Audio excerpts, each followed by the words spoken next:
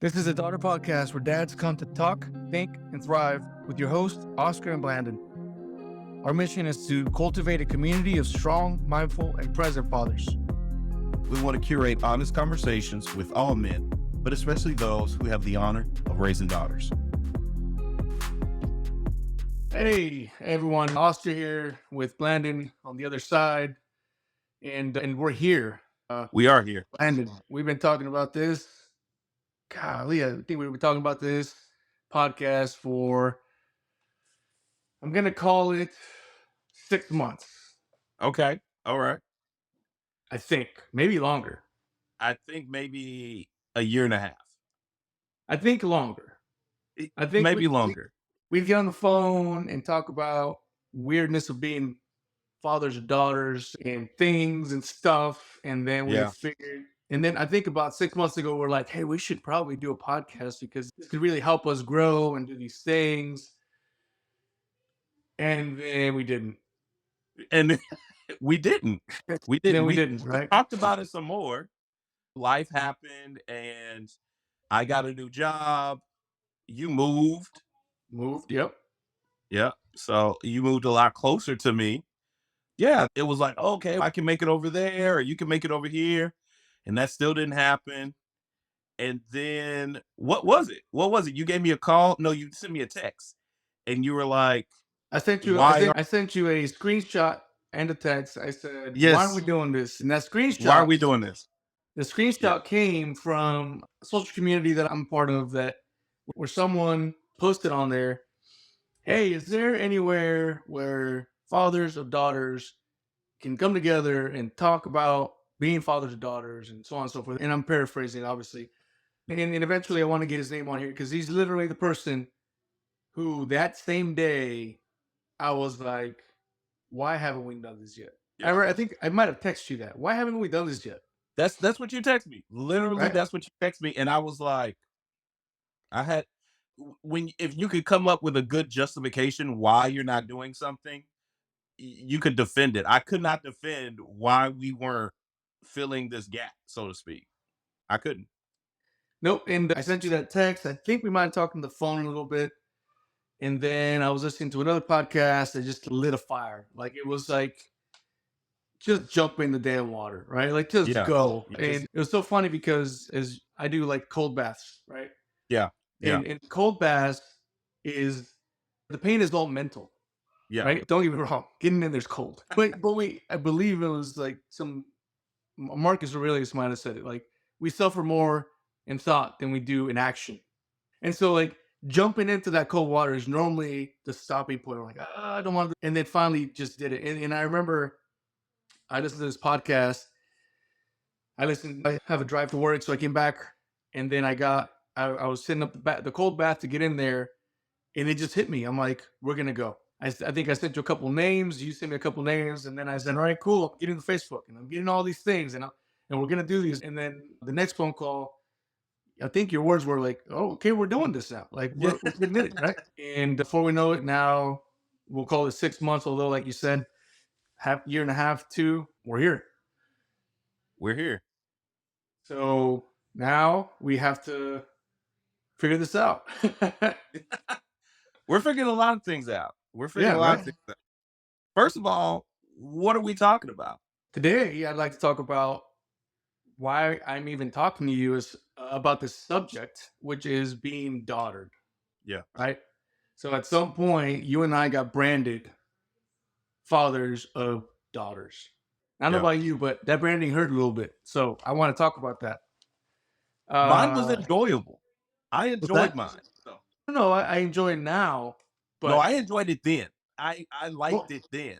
We'll get into that. We'll get into it. When did you get daughtered? So I got daughtered in 2016 when we had our first little girl. And it was an incredible blessing. It's really been great to love on them, my daughters. First getting daughtered in 2016, then getting daughtered in 2019. And then feeling this overwhelming sense of contentment and elation behind being a girl dad. Like, If you can't see, I have completely immersed myself in girl dad mode, and I love it. You can't if you can't beat them, join them. You were, So yeah, man. 2016, you got daughtered, right? What was Tell me what your first thought was, right? Like your wife says, "Hey, we're having a little girl." Maybe we'll just start with we're having a baby. What is Yeah, that? What was that like? we're having a baby, and I'm super excited because we're 3 months into our marriage, mind you, and she comes out and she surprises me with the test. And I just remember I was so happy. I was so grateful that our love was going to be like personified now. Like we're gonna see a living, walking example of us coming together and what we've produced. So I was over the moon. I was over the moon excited. Very cool. 3.5 months. You're such an overachiever. I am an overachiever, and Hey, you that's know that. good. That's good. So you're elated about having a child, and then you go what's eight? I think it's 20 months, or excuse me, 20 weeks, 20 months, man. This guy right here. 11 months. Hey, I'm not a scientist here. All right, I've never claimed to be, or a mathematician for that matter. So 18 weeks comes around. You go to the appointment. I assume you went to the appointment. Yeah, Fine. I went to every appointment. And so this was at, I believe this was around like the 12, 14 week time period that we found See, out that we there were you having a, go. There you go. Overachieving again. yeah. So yeah, we knew we were having a little girl. And so we held that back from people until we had a little social media gender reveal. But yeah, no, I was grateful. I was really grateful. Very cool. What was your thought when you found out you have a little girl? My first thought was thank God. Thank God we're having a girl because I was terrified about having a little boy. Why is that?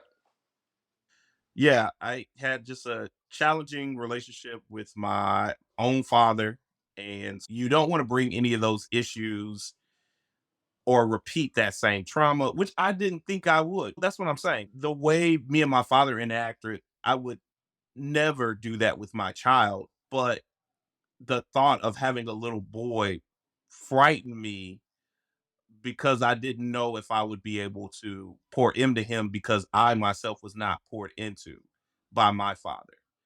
And I just believed and thought I could do better with a girl. With girls, I thought I could do better. Yeah. Yeah. Well, I think that word never usually comes into play with fear because I think what you mean to say, or you want to say what you said, what you mean to say is, I would never want to do that to my child. But because our backgrounds and our lives follow, right? Yeah. I think the fear is that what if I do something like that to my Yeah. child, Yeah. right? We're Yeah. always working to do it opposite, not necessarily opposite, but just to learn the good, learn the bad. Hopefully, just use the good. But we do have. There's a reason. There's this cycle of things that happen, right? So I can absolutely see that fear of having a boy. Yeah.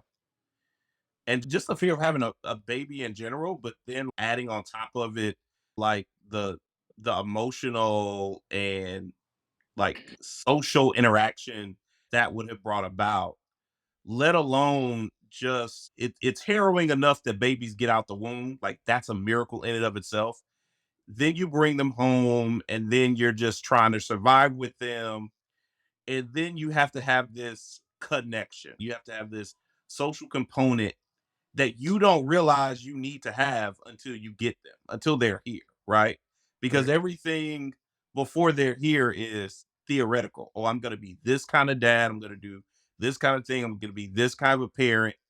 But then when they get here, they're their own person. And a lot of that planning goes out the window. So, once again, I was a rookie dad. I still consider myself a rookie dad. That's why we're here. We're here to Yeah. learn. Because Yeah. we'll talk about my folks, but I'm a rookie dad. It's just like you. You decided, hey, it's all right. We're gonna do it again. Yeah. Yeah. Yeah. And again, you were hoping for a girl. Again, I was hoping for a girl because I wanted our oldest to have a little sister. And Once again, we had a little girl and I was over the moon. However, that came with a different set of feelings because I know how people like to compare and contrast, and everyone simply loved our oldest. Like she was just a little star everywhere that she went. And you hear stories about siblings feeling left out or feeling like they're in their other sibling shadow. And I never wanted that for my girls. I never wanted them to feel like we favored one over the other. And so our emphasis with our youngest was that she was a new daughter. She was a new girl, not that she was our second girl, but it was there was a newness that was surrounding her and that we wanted to preserve. And I'm glad we made that intentional decision for her sake and for our family's sake. Because so often people are just like, they get in autopilot mode. Yeah. We get into that whole like, all Yeah. right, here it comes again, and we'll deal with it, right? Yeah. Now that, and you made a great point too. That I think it was Mike Tyson who mentioned like everybody has a plan until they get punched in the face. I remember Megan and I had been married for a while, 8.5 years, right before we had kids, and Yeah. you always have these visions of I wouldn't let my kid do that. I wouldn't do this. I wouldn't do that, or this is the way I would do it. And then you have your own kid, and you're like, what? How do you do Right. this? Yeah. Yeah. What was the biggest change for your family when your first daughter came in? When you knew she was coming, you're getting ready for it. What is the biggest change that you think your family went through? I think the biggest change was just needing to have all the answers without having all the answers. I'm a very proactive guy. If you want me to do something, I'm going to prepare to the T for it. And with this, there's just not enough preparation to make you feel ready. There's not enough. And so there was just a lot of unknowns, a lot of unknowns dealing with how we were going to deal with her when we brought her home from the hospital. What if she gets sick? What if this happens? What if that happens? And just dealing with those things as they come. And we were just, man, we're grateful that that she's still alive. Like we've been entrusted with this precious little girl, and we have to make sure that not only is she alive, but that she has a good life. And that is jarring for Yeah, anyone who is present. Now, if you are not present, then that thought may not cross your mind, but to ensure that someone else besides yourself is getting all the things that they need right. met is incredibly overwhelming. Absolutely. Definitely the thought of that is overwhelming. Now, what about when your second daughter came in? What was the biggest change to your family at that point? Because Change. now you have your daughter. She's been Yeah. around on what? How far are they apart? 3 years, Like 2.5 years, two and a two half and a half years apart. years. So Yeah. you have your daughter. You've gotten used to that rhythm, if you will, Yeah. Yeah. and then you have a new daughter coming in. She gets here. What's the biggest change within your environment now? I think that we felt complete. We felt like this was our family. Um, and while we enjoyed our oldest, we really did, and we wanted to enjoy all those moments, and we did not want to rush and just have another kid back to back. We wanted to enjoy the moments we had with her. There came a point in time where we knew that we wanted another child, and when you're planning in the planning phase of your family, you think, oh, maybe I want several more after that, or just one more, or most people are like, are you chasing that boy? And we weren't chasing the boy, but we had this feeling of completeness with her. And I think that's what changed. And then this kind of serenity surrounding where our family was. So that was the hugest thing. Awesome. How do you feel that your relationship changed with your wife? I became a little bit more cautious. I became a lot more cautious with the girls just because I was in protector mode. So while she may not feel that same weight of protection of over a household as I do, she's still protective over the girls. But I think I carry the weight because I'm looking for protection for all of them. And they're all looking to me for answers, for safety and security. And so I just became very cautious. I'm still very cautious because the world is very crazy. And I watch too much IDTV. And I don't want to be one of those parents that's caught unaware. And they're like, why did you let your girls go over here for a sleepover? Or Right. why did you let them go to this house without vetting out the parents and this, that, and the other? So I like to be very present. Not that I believe I can control everything, because I know I can't. I know I'm not in control ultimately, Yeah. but I want to put measures in place to where I am involved, if that makes sense. Yeah. Yeah. How did you feel holding your daughter for the first time? That's two part because each one was different. So my oldest, it was too overwhelming to even emote anything. Like I couldn't, I was so overwhelmed I couldn't even cry. Me and my wife both felt that way. Like I had a moment after we left the hospital. Once we got home, I was I was listening to a lullaby with her, and then I had a moment where I broke down. But in the hospital, when I first held her, it was just so overwhelming that I couldn't even emote anything. Now, my second daughter, I was more present, right? Because we had gone through this, we had realized that we could leave the hospital and keep someone alive.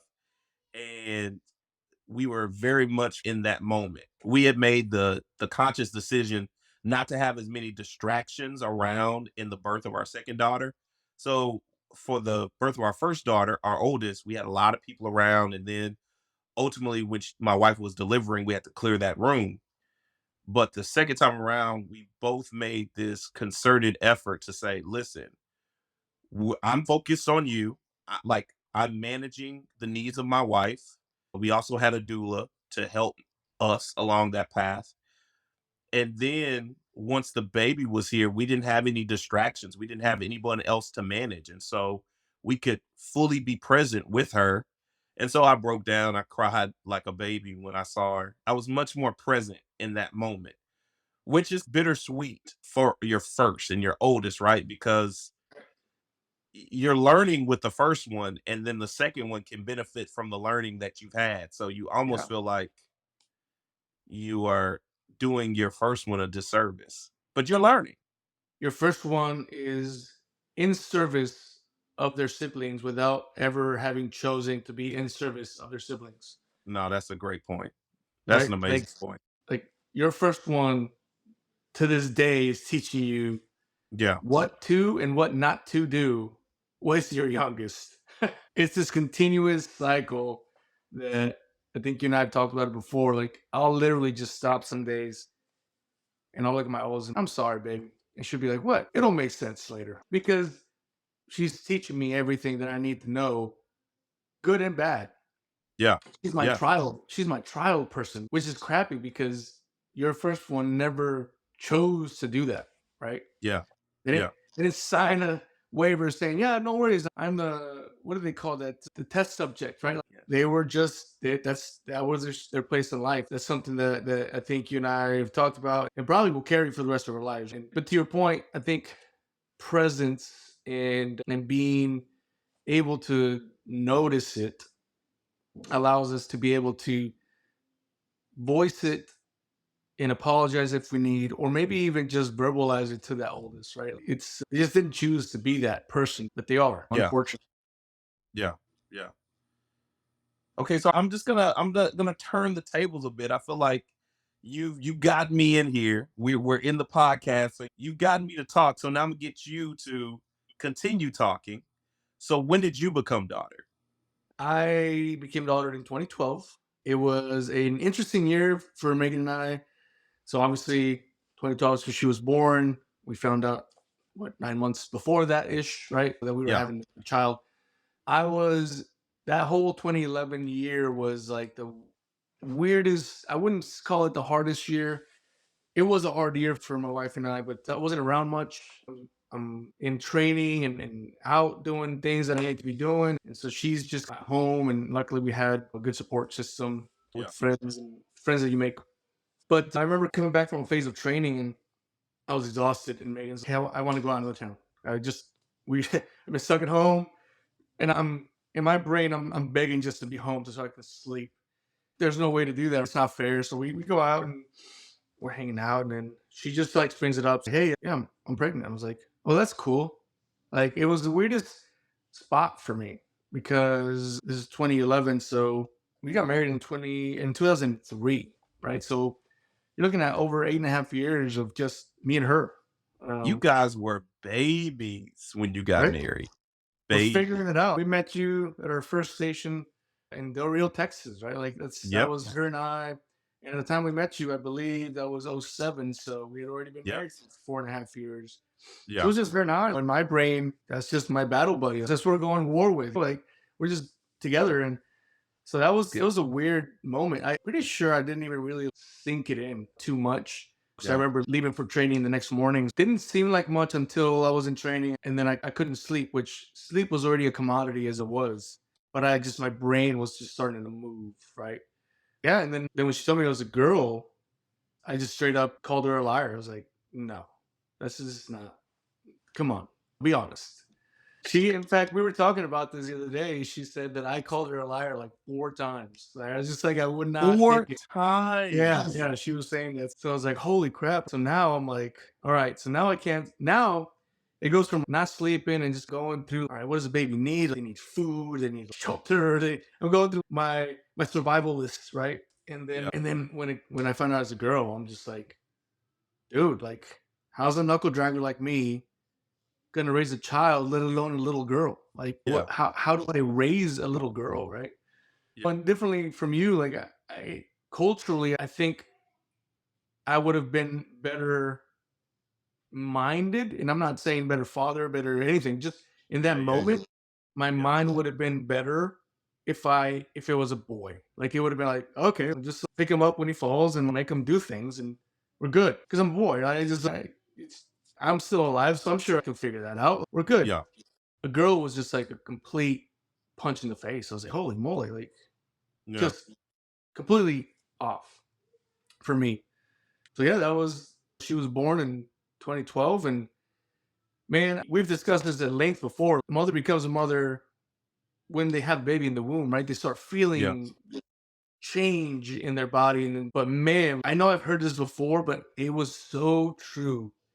When I held my daughter, my very first one, I came to grips with my mortality. That Yeah. was the first time holding her and seeing her and realizing that I'm now here. She's been given to me to nurture and to grow. Yeah. And I'm like, it wasn't, I've never been afraid of death ever, but I became afraid of not being here. If that Yeah. makes any sense, right? Dying doesn't scare me, but that little girl made me so afraid not to be here for her, right? So yeah, that's when I got a daughter, 2012, March of 2012. So we just had a 12th birthday, and Wow. yeah, Yeah. it's insane. Yeah. Man, you gave me a lot of things to like think about and to take in. First of all, the whole mortality situation is very true because when I became daughter the first time, the first day that we were home, I called an insurance agent so we could get life insurance. So now the whole family has life insurance because you do come to grips with that like I need to be here or I need to set something up in place Like, for her in case I'm not here. yeah, Like I need to be her dad, her father, her provider, protector, even when I'm no longer here. Like it doesn't stop. And I yeah, know that is my God given responsibility yeah, and I don't take it lightly. Like you understood that right off top. yeah. So yeah, that resonated. But then also you have a preteen, bro. Like You're telling me, man. what? Like I have a 7-year old and a 5-year old. Like I can't I don't even oh my goodness. That'll be for another episode. That'll be another episode. But yeah, I just realized that because I'm like, I remember coming when you were stationed in Arkansas and visiting you guys, after she was here, and I'm carrying her through Little Rock and everything like that, and now she's 12. Like, it's insane. It's a little crazy. I think about it daily, and then I have nightmares sometimes, and Yeah, just because 5 and 7, 8, 3, I have a mother, 3, and my 8-year-old. They're still daddy's girls, right? yeah, My oldest is still there. We start seeing some changes, but what I'm getting at is you can almost really protect the little ones, right? Like you're just like, yeah, nope, don't go there, pick them up, put them somewhere else. yep, Like yep, you can be like, nope, this will not happen. And then with 12-year-olds, I want to do that to you. And I tell you what, I physically can. I could pick her up and move her. But I feel a strong sense of you need to be independent here, right? You need yeah, to be able to make good decisions, to make yeah, decisions in general. My oldest and I will talk, we'll sit down and talk. I'm like, we'll say, I'll talk to her and I say, go make mistakes, but you need to own the mistake, period. Right? Because good, bad, or indifferent, everything has a consequence. The yeah. consequence is good, bad, or indifferent. But everything comes with a consequence. 100%. Go make a decision and then think about the consequences before you do that because everything has it, period. And so we talk. All thoughts, all That's right. actions have consequences. That's right. So we talk about that ad nauseum, but you're walking this tightrope where I do want to grab her, sit her down, maybe put a seatbelt on her so she doesn't move, right? And then I know, cool, she's protected, she's good to go. But that doesn't develop her, right? Right, Allowing her right. to go do these things and have friends and those kinds of things develop, but it puts us, at least me, in a position where I'm constantly thinking like, what is the threat to her, Yeah, right? And I think threat literally, I think threat figuratively, and then I think threat boys, right? Like, let's just be yeah, honest, right? Like this whole thing, like it's just constant going on. So yeah. yeah, so it's a preteen thing, I guess, and we'll discuss that more later. But it's just one of those things. Like it's a weird. I'm in a weird world, my friend. Yeah, Weird world. yeah, you're in a tight spot there. I'm reminded of Jordan Peterson says when he's talking about parenting, and you only have them for that short amount of time, and to make them this decent human, this decent person that has social skills. And I remember that's what he says. The job is for them to be able to interact with other kids and for adults to like them. Right? So Yeah. when they're not around you, they can get along with people, won't want to mistreat them. And I take that to heart with my girls. I don't want I want them to be able to be social. And I think we talk about this too. I want them to be interdependent, understand how to work inside of groups, Hmm. but I also want them to be gracious so that other people won't mistreat them. Absolutely. Or if anything, again, one thing that we talk about a lot in our household in general, like even a 3-year-old hears it, probably not directly, but she hears it, is there is zero way for us to control anybody else. Yeah. Zero. Yeah. We can't control it. They'll watch a movie and there's a bad guy. There's always a bad guy in the movie. Like, how could they do that? Like, how could they do that? Because they're human, and Yeah. we can't Yeah. control what another human does, but we can't control what humans we associate ourselves with. What we can Yeah. control, Yeah. how we react to these people, Yeah. what we say, right? And so that's exactly what you said is interdependent, right? Like, yeah, let's make sure you can navigate through the world, and the world is full of people. Yeah. Yes. If Yeah. you think you're here on your own, you're mistaken. It's full of people, Yeah. and No man's an island. No man's an island. yeah, You're not an island to yourself. and I'm a big learner from Jordan Peterson as well, and it's trying to get them to think about that. Make the decision to hang out with someone, then realize you have to navigate that. Be in a group, you have to navigate that. Yeah. We just had this conversation, my oldest and I. There's a bunch of girls in our neighborhood, and sometimes there's drama, right? Of course, there's drama now Right. in my 7-year old. In E- she's in first grade. There's always drama. Exactly. Exactly. Always drama. Yeah. The thing I tell my daughter is don't be the starter of drama. Don't do Yeah. it. Yeah. And then don't spread the drama, right? Easy as that. If you hear it, stay quiet. If you think it's Yeah. wrong, walk away and don't hang out with those people. Yeah. but partaking in it, just like not doing anything, we've heard that before, right? Like inaction is sometimes fault. Like you can't just not do something, or you can't just say something and expect nothing to come out of it, right? So anyway, so again, going back to the oldest, right? Like I'm learning how to maneuver through this new preteen world. Yeah. She didn't choose to teach me, but she is. She's the Yeah. instructor, and I'm trying not to screw it up. That's really what I'm doing. Because I say that jokingly, but it's true. Like trying not to screw it up with her, but I'm learning for the other two, Yeah, right? you are. Yeah. And so that's just key. Like, it's just learning from the other two, or for the other two. Is unfortunately at the expense of my oldest, but here we are. See, we stay on the same page because that's my next question for you. So you have two younger daughters. Okay, first question. Were you chasing the boy after the oldest? After the oldest, I think I wanted a boy. I don't. I'll be honest with you. I don't know. I don't know if I wanted a boy. Okay. I think culturally, people wanted a boy for me. Ooh, So that's a good one right there, sir. right. That's a good point right.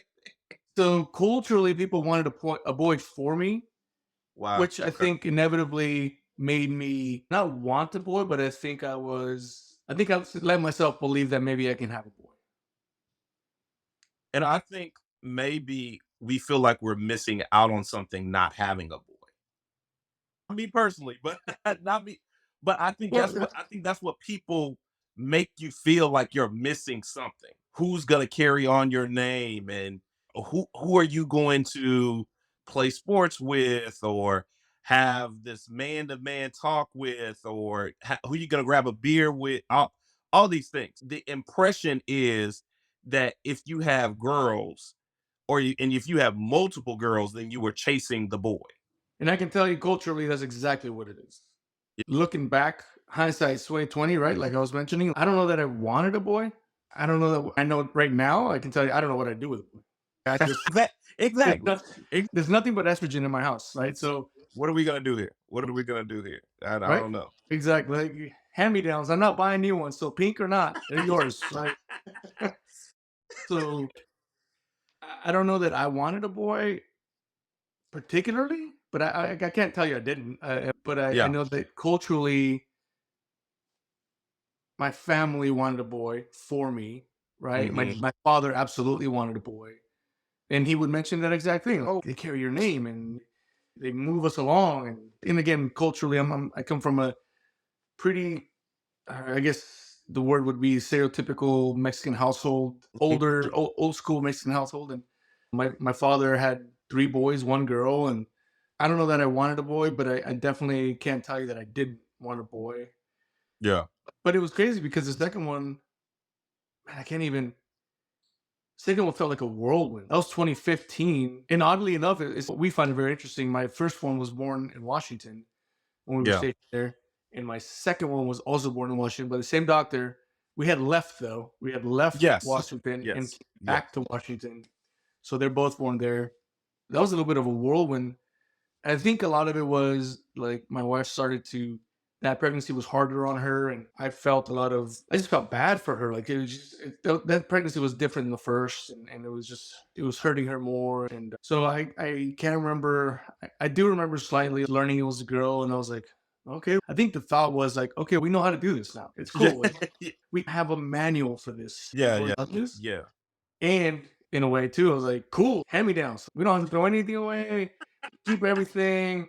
We're good. So it felt like just a continuation of having a girl. Okay. Okay. And so, what about the baby girl? So Still, the baby girl is different. So one, okay. she's a COVID baby. You were okay. Yeah. We literally, man, we were in Ohio and go to church or whatever. And I remember after COVID or shortly after we started coming back, I don't know, whatever it was, Yeah. we had a baby, and people were like, "Did you have a baby before?" Because they never saw her. They never saw my wife pregnant. Like, it was Yeah. like the pregnancy was through that, and so it was nuts.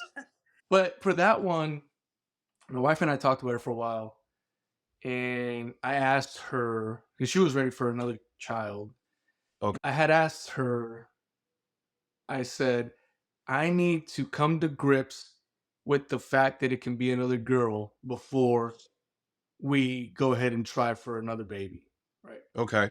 Okay. So it's weird because I don't remember feeling the need for a boy, but I did think I just need to get my mind right, uh, and know that it could be a girl, and I need to be okay with it. Like I didn't want to like speed through it and then get pregnant and then it's a girl and I would be upset. I didn't want to be upset. I didn't want to be disappointed. I didn't want to have any of that. And not necessarily for me, but just I didn't want my third to feel that ever where it's, oh, you wanted a boy, but you got a girl. Everybody says it's 50-50. Obviously, it's not 50-50 with me. I only make girls. You are a So girl maker, sir. We're the girl makers right here. that's right. Yeah. So once I came to grips with that, I can tell you, I honestly think it was like 2-3 months that I just sat with it and I journal sometimes. What happens if I find out it's a girl? What are my thoughts? And so that was a really weird thing. I started journaling then. It really helped me set my thoughts in line. And I got to the point where I'm like, okay, my wife wants another child. And I always joke with her, like when she would say she wants a kid, I'm like, I get all the fun. Like you're the one doing the hard work. I'm here to work, kind of thing. But yeah, I just told her, I'm like, all right, cool. Like, if you want another child, I'm good with it. Like whether it's a boy or girl, I'm good Yeah. with it. It took me a while, but yeah, it was. And sure enough, we found out it was a girl, and I was good with it. In fact, I remember that day. I think because I was playing it in my head. I had seen some interview with Kobe Bryant. He's a girl dad, Yeah. right? He is yeah. And The so I cookie. was Yeah. like I saw this interview. I can't remember. I can't even tell you exactly what. It may have been just like a short of an interview or something. But I find out he's a girl dad, and I'm like, you know what? I'm good with being a girl dad. And Yeah. that day or the next day, I was like, all right, cool. Like I'm good with it. Like it's fine. And my mindset again went to the checklist. I have a checklist already. We'll work with it. So I found out it was a girl, and I was like, all right, sweet. I think my wife was disappointed. She's told me several times, I wanted to give you a boy. I'm like, that's cool. Like I'm good with girls though. Like Yeah. we're Yeah. good. And I gotta tell you, it's been the weirdest, most fulfilling blessing I've ever had. Yeah. I don't have anything to compare it with. I don't have boys. And I'm sure parents of boys feel the same. Yeah. But man, they teach me so much about Yeah. me. They make me explore me and figure out why I asked them to do certain things or why I act certain ways. It's just been weird, man. It's been a weird, cool journey for me to have girls. Yeah. Yeah. Same. I think that I was just so ready to love on these little girls and show them like how men should be.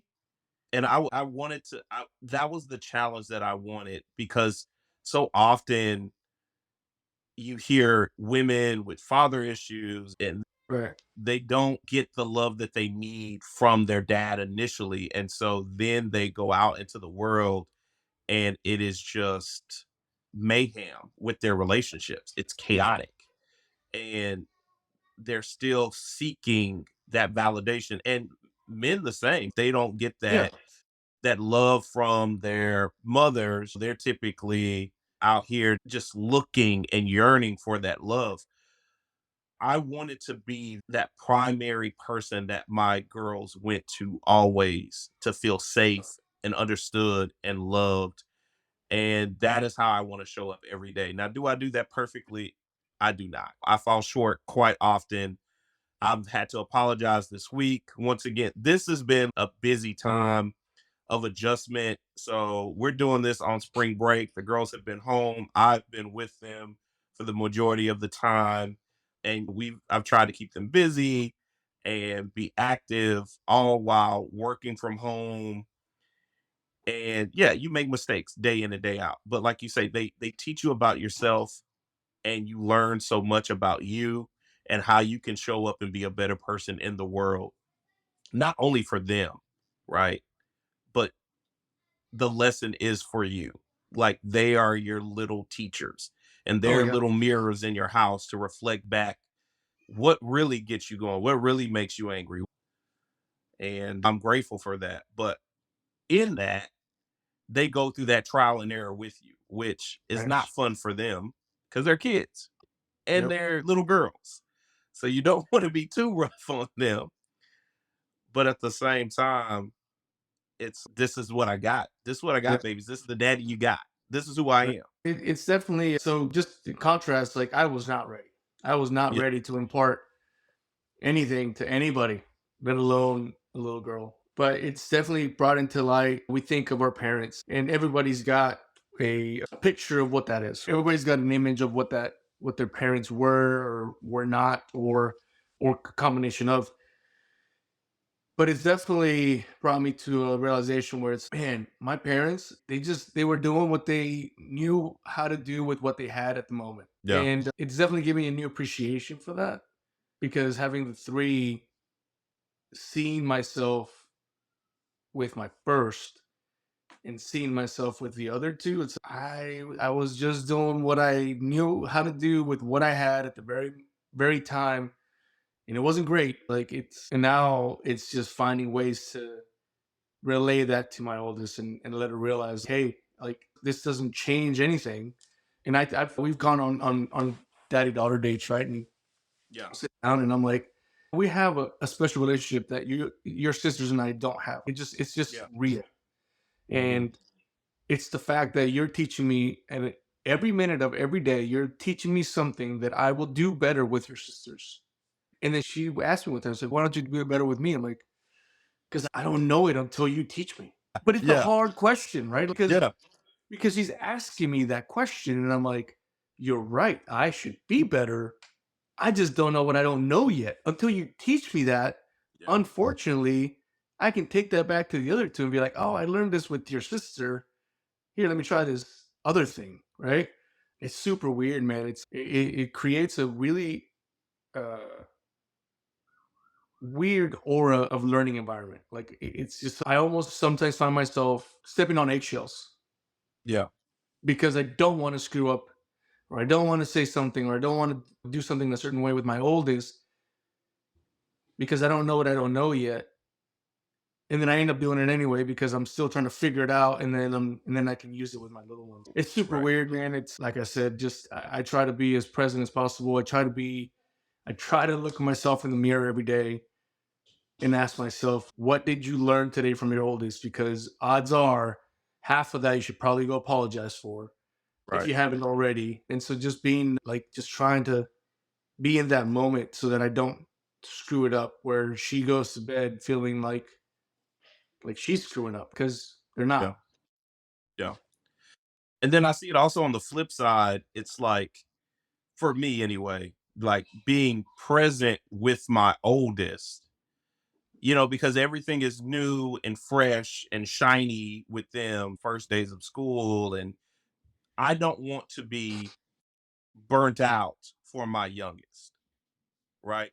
I don't want to say I've given my best up front and then I have nothing left for you. Right. That we're like, I'm so involved with your older sister because she has this going on, she has this homework or history fair and all this other stuff, and you are still coming up.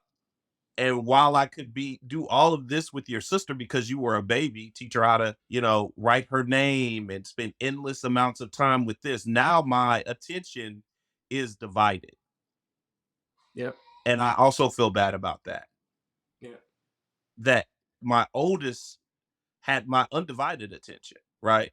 And now with my youngest, now I have to divide your attention. Right. I don't think like dads really get a chance to share that that emotional side of parenting because we're seen as, hey, you are the provider, you bring home a paycheck, you're outside the house typically, you're going out to work, you get a break from this. And a lot of women stay at home or they work too, and then they come home and then they have to do all the parenting.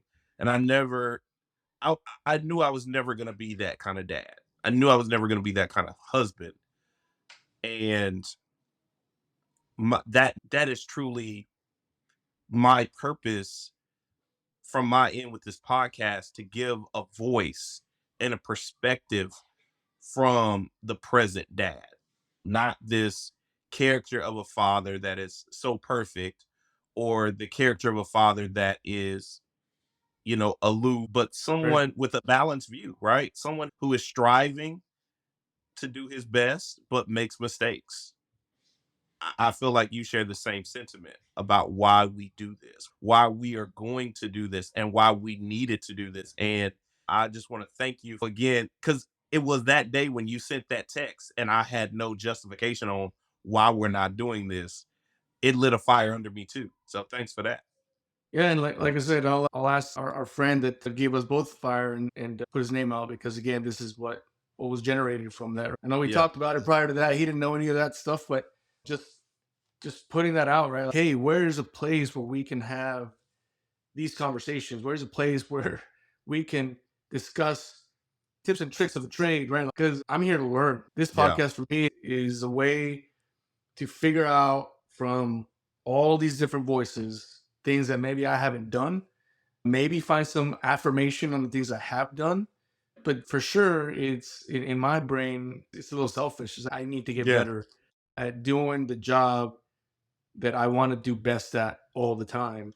That's being a father. Like I don't want my daughters to ever either leave the house and wish I had done something better, which they're gonna at some point, or at least I know I am. I'm gonna, but trying to do our best to do that. I would like to ask you this though. We talked about being daughtered and when they came to be and when they really made us a father. What would you change about you or your situation finding out about your first child? Okay. What would I change about that? What do you wish was different, let's say, about you at that time? Hmm. That's a good question. I've never thought what would be different about me at that time, because you're just trying to make it through. Man, let me think. Let me think. Maybe enjoy her more during that time, because it goes by so fast. I did not, and yeah, I did not think it would go by so fast. Everyone said it did. Realize it does, They right? annoyingly say it all the time. I Everybody mean, says it's like that, and you're like, oh, really? And the days turn to weeks and months, and then you look up and then they're 7. And it's like, when did you become 7? right? When did this happen? I'm gonna tell you, and I tell the story all the time. When my oldest first started school, like her little Head Start kind of school, I cried for 8 hours straight. 8 hours. I was at work. I couldn't even take her that day. My wife had to take her because I was just like, I was washed down. Like we would come out and we were ironing. I was ironing her uniform, and I just kept thinking like, this is too fast. This is too, like, I just remember. And my wife was like, "Are you okay?" And my voice began to crack, and I just lost it. I just cried, and I couldn't. I didn't want her to see me crying, so I got it together really quick. I gave her a kiss, and then I went to work. But at work, I cried, but I kept holding it in. And so I called the only person who I knew could get me through that tough moment, my mom. And so she was like, I understand what you're going through, but you need to stop stopping yourself from crying and just go ahead and have an ugly cry. Just go ahead. And so I went to this patio break room that there was at work, and I just let it all out, and I just cried. I was just snotting ugly, trying to stay away from people. But then I was okay. I was okay after that point. But yeah, it was difficult because I felt like I no longer had a baby anymore. Like my baby was gone. Yeah. And yeah, I don't know, man. Yeah, I think I would have like really tried to assess every moment, just enjoy it and just enjoy it more. I enjoyed them, but I looked up and she was a toddler, and then now she's a kid, and I'm never gonna have those moments again. Yep. They're gone. It's funny because you said you were present, but I think that is an unknown lack of presence that Yeah, we don't realize. Like you're in the grind, right? You're like, I've got a new kid, I gotta provide, I've gotta do this, do that, I gotta be there for my wife as well, and I gotta do these yeah, things, and we don't realize that we're not present. Um, yeah, inadvertently, we're present in other things. yeah, Probably the provider mindset is present. But like you said, man, those minutes, like I look at my 12-year-old and I will see her as that 2-year-old or that one. yeah, It's weird. Like, I look over, I'm like, what the hell? Am I having a stroke? What is going on? yeah, Because every so often I'm like, she's 12. Like, how did this yeah, happen? How did yeah, she get here? Or I'll watch a video of her when she was little and I'm like, who is this? What happened? And I can tell you right now, just to not leave you hanging and answer you the same question, I if I could do anything else, I would yeah, just be present. I was not. I was 100%. My brain was on providing. yeah, How much is this going to cost? What do I need? Like I just being honest with you, I was on. Uh, I was in not panic mode, but I was in a mode of not parenting per se, just being a provider, which are two different things, right? Like yeah, yeah, you and I know, like a parent can send a check to their kid all day. That's yeah, providing ish, right? But that's not a yeah, so I can tell you right now, like I changed diapers when she was little when I was home, but I was gone so much. I think for my oldest initial first 2 years, I was home maybe half of that, right? And I didn't feel it then, but I feel it now. I yeah, feel the loss of that year-ish or so now, where then I was just like, this is what I gotta do to pay the bills. This is what I'm doing, yeah, right? yeah, And so my brain was in that. This is yeah, military. I'm in the military, so it's different, but I think I just justified it that way. Like, this is how I pay the bills. So this is what we're doing. And I wasn't as present as I could have been. and I want to say to give yourself a little grace with that because that's what I was gonna say. I'm like, I'm prior enlisted, you're still in, you have a career that you're never off. Like you're currently not off. If they needed something now, you have to Right. act. So even in that, there's always this heightened sense of I'm on duty for you. Yeah. So I just say give yourself grace in that piece because being a new parent coupled with, you know, being of service to your country and understanding the ramifications of that. Yeah. And then this service is your job. This is not a voluntary service. This is your job. Like you have to go out and do this. Yeah. But I get it. It doesn't make up for it how you feel because how you're feeling is valid. That it's not invalid. But it's just one of those things I think that we have to say, this is the position I was in. It was a tough spot. Oh, And I think it's part of not knowing what I don't know, right? But I do question a lot. Is that an excuse for me to escape the fact that I didn't know what I was doing? And so that presence, I felt like it just wasn't there for me. So I think having second, third, the third dude, it's 100% contrast to the first, right? Because we're in COVID. So yeah, I'm home all day, every day. yeah, yeah, I'm home yeah, so much that I have to remind my family, yo, I'm still working.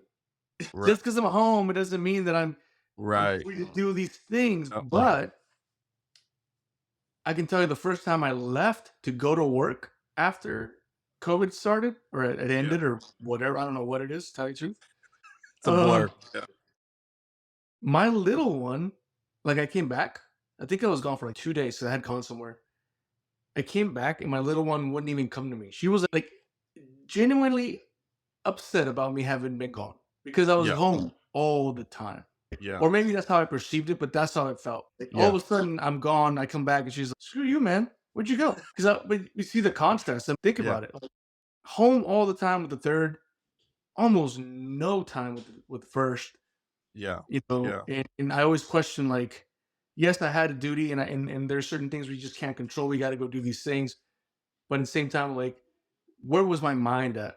Was my mind yeah, okay with being gone? because Yeah. I was afraid to screw it up more and more, or what have you. That's where I really question: did I use it as as a scapegoat, right? Then I didn't do it with the second. I was at home a lot more with the second, and then the third, like I said, I was home with her a lot. The cool thing about like us getting together and doing this is that I've had time to really do introspection, think about what I've done or what I haven't done, or things that I know now I don't know. Like at the moment, I don't know what Yeah. a teenager's gonna look like. But there's dudes out there that do, Yeah. right? And those I want to learn from those folks, right? Yeah. Like I said, maybe it's a little bit of affirmation. Maybe talking to you, talking to some of the folks we'll have on here to affirm, oh, you didn't completely screw it up. That's normal. Right. That might Right. help. I don't know. But full disclosure, it's a selfish thing. I want to learn and I want to see what other fathers in general, but particularly fathers of girls, because that's the realm, that's the arena we're in. And That's that's what what we know. that's And right. that's what we and I think and I have no once again, I have no scientific fact to back this up. This is just all theory for me. But I think that introspection that you are talking about, Oscar, is being daughtered, right? That's what that is. That because I think having girls, all girls, because girls reach milestones sooner than boys, it matures us in a way that other parents don't have because we have all girls, right? And I too understand what you mean with that introspection about how I am as a man. Like my my masculinity is magnified being surrounded with nothing but women. So I think that's part of the piece of being daughtered. And the other part of the piece is just having to understand them in a way that you don't have to understand boys. And I think that for me is another reason for the Daughtered podcast to get that perspective of having men dealing with girls, young ladies, in a way that is like you've talked about, like you said, shaping them, shaping their opinion of men, shaping their opinion of authority, and being fathered. Yep. Fatherlessness is running rampant, and it is a main reason. And while other people are trying to do it right and we're trying to be present, there's still an aspect of absentee fatherism that happens not just in this country, but globally, you Right. know? And so my hope and heart is to reach those places to say, hey, and bring people on who are central members in their households and to bring a better spotlight on fatherhood. And for someone to give them tools and equip them to say, when I do become a father, this is the kind of father I want to be. Right. And one thing I want to point out too is that we're not the only ones that got daughters, right? Our wives got Right. daughters, right? Yeah. There's one right there. And at some point, I think it's gonna be very interesting to get that side of the house, right? Yeah. Because we have this partner in crime Yeah. that, at least on my side, keeps me one grounded, two keeps me leveled, Yeah. uh, and then equates me to the environment that I'm in, right? Where I start going too hard here, she knows how to fix that. Yeah. And all it takes is a look. I've been married for 20 years, brother. All it takes is a look. Got it. I'm tracking Got now. it. Again, father, or excuse me, daughter. Yeah, they were daughtered as well. And I'm curious to see that perspective. Yeah. Uh, and you make a great point about being a present father and being that masculine person in your home to show that positivity that we bring to the home and to the environment around us, right? But let's be honest, the daughtered ladies are also around. I hope that we get ears from everybody and then also words from everybody as well Yeah. as we go Yeah. through this. Yeah. I'm excited. First podcast. We did it. We did it. First podcast. First podcast. But wait, More to come. there's but More to wait, come. we have more. We have more topics that we have discussed and that we're going to be talking about because let's just be real. Right now, when you Google masculinity, right next to it is toxic. And I don't know about you, but I tire of that. I tire of seeing men in that light, and moreover, being seen as I'm going over and above and beyond for my children when I show up for them. And I'm like, no, this is bare bones. This is a prerequisite. This is what I'm supposed to do. So yeah. So There's look at us. But yes, so, we're here. The Doddard podcast is here to stay. Help us out, share, listen, comment, send us the comments. Rod. Yeah, send us the good, bad, and the ugly.